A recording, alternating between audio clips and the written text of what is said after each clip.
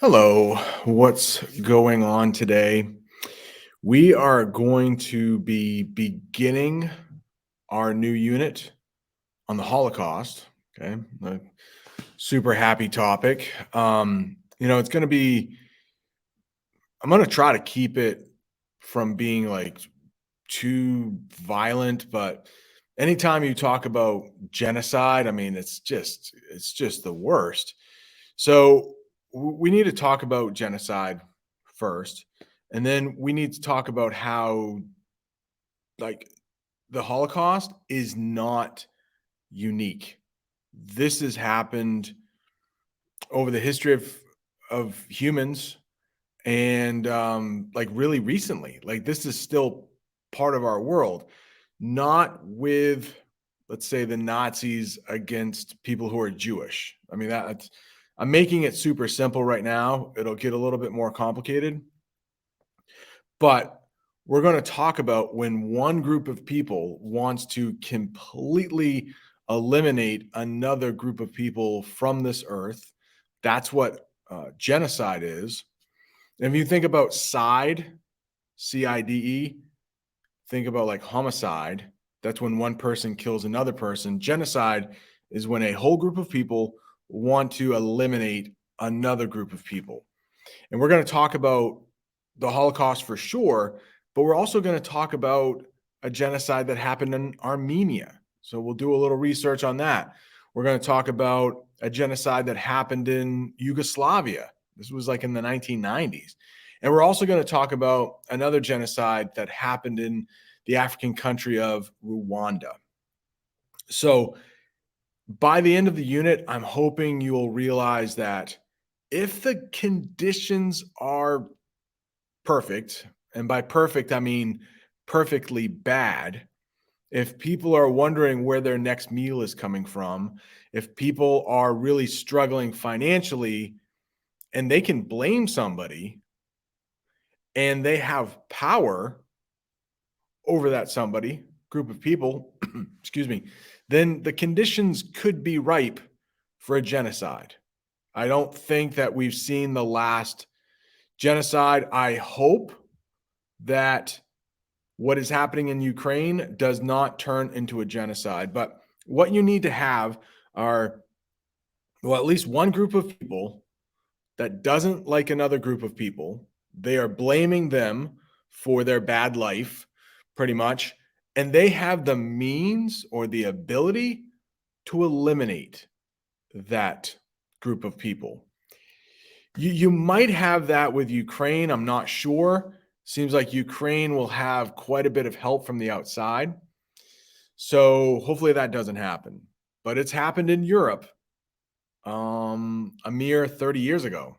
And we'll talk about Yugoslavia. But the essential question for our current unit on the Holocaust is, how do we remember the past? And that's a very complicated question. For example, when you think about World War II, there are probably a number of different ways we as Americans remember it.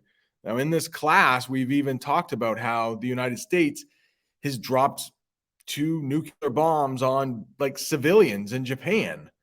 That's a war crime. But in the United States, we probably don't think of it that way.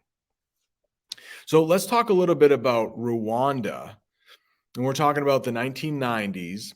Let's find out where that country is. So we have Africa right here, and in the middle of this map is Rwanda. It's a pretty tiny country right there, Rwanda. And I think one thing that a lot of Americans think when they think Africa, they think like lots of desert. Well, if you look at this map up here, yeah, there's desert. Here, yeah, there's desert. But right here, all that green, that's not desert. And Rwanda is one of the most beautiful places on the planet. We will watch some videos from Rwanda. There are gorillas that live in Rwanda. It's like it's really green. Now, when we talk about what happened in Rwanda in the 1990s, we have to talk about a couple groups of people.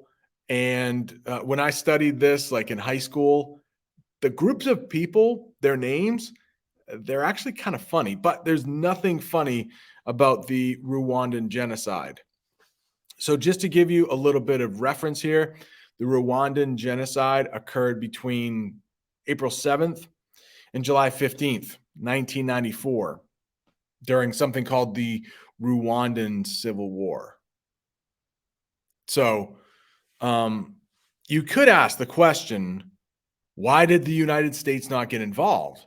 Like right now, the United States is getting involved in Ukraine, like heavily. We're sending weapons there, and you can see it's about 100 days, and the United States, no country, in fact, really truly gets involved.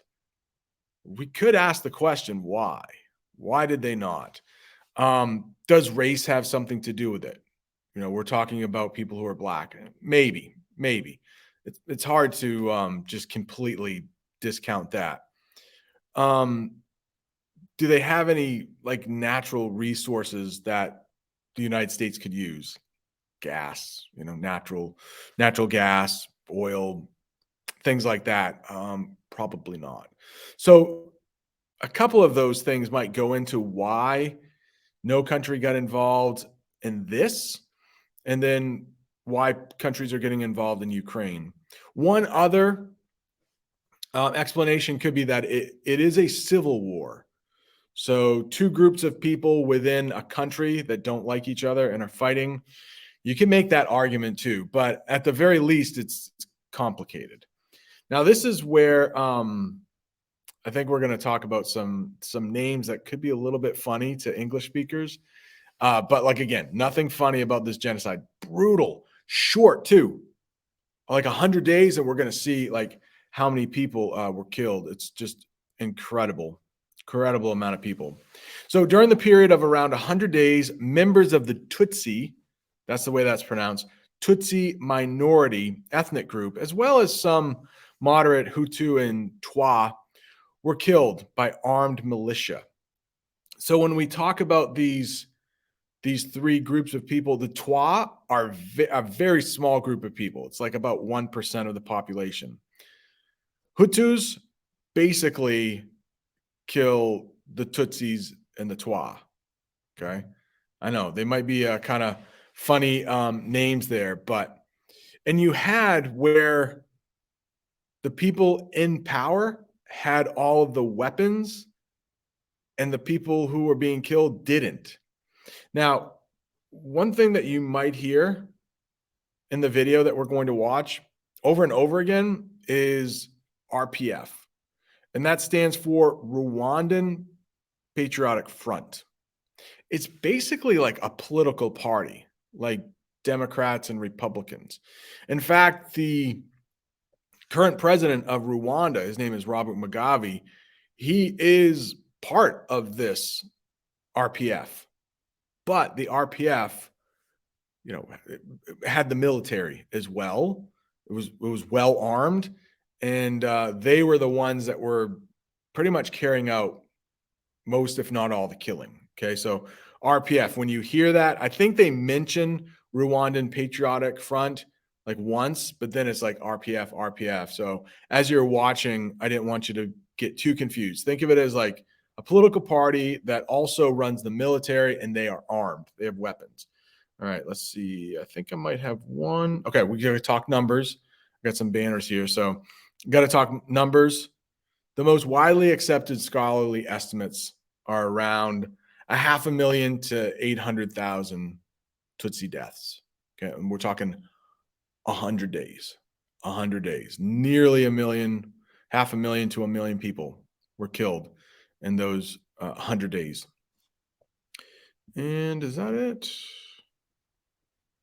The scale and brutality of the genocide caused shock worldwide. It's pretty brutal. We're not going to get into we won't get into everything that happened, but like machetes were used a lot of times for the killing, so it wasn't far away guns. It was up close and personal.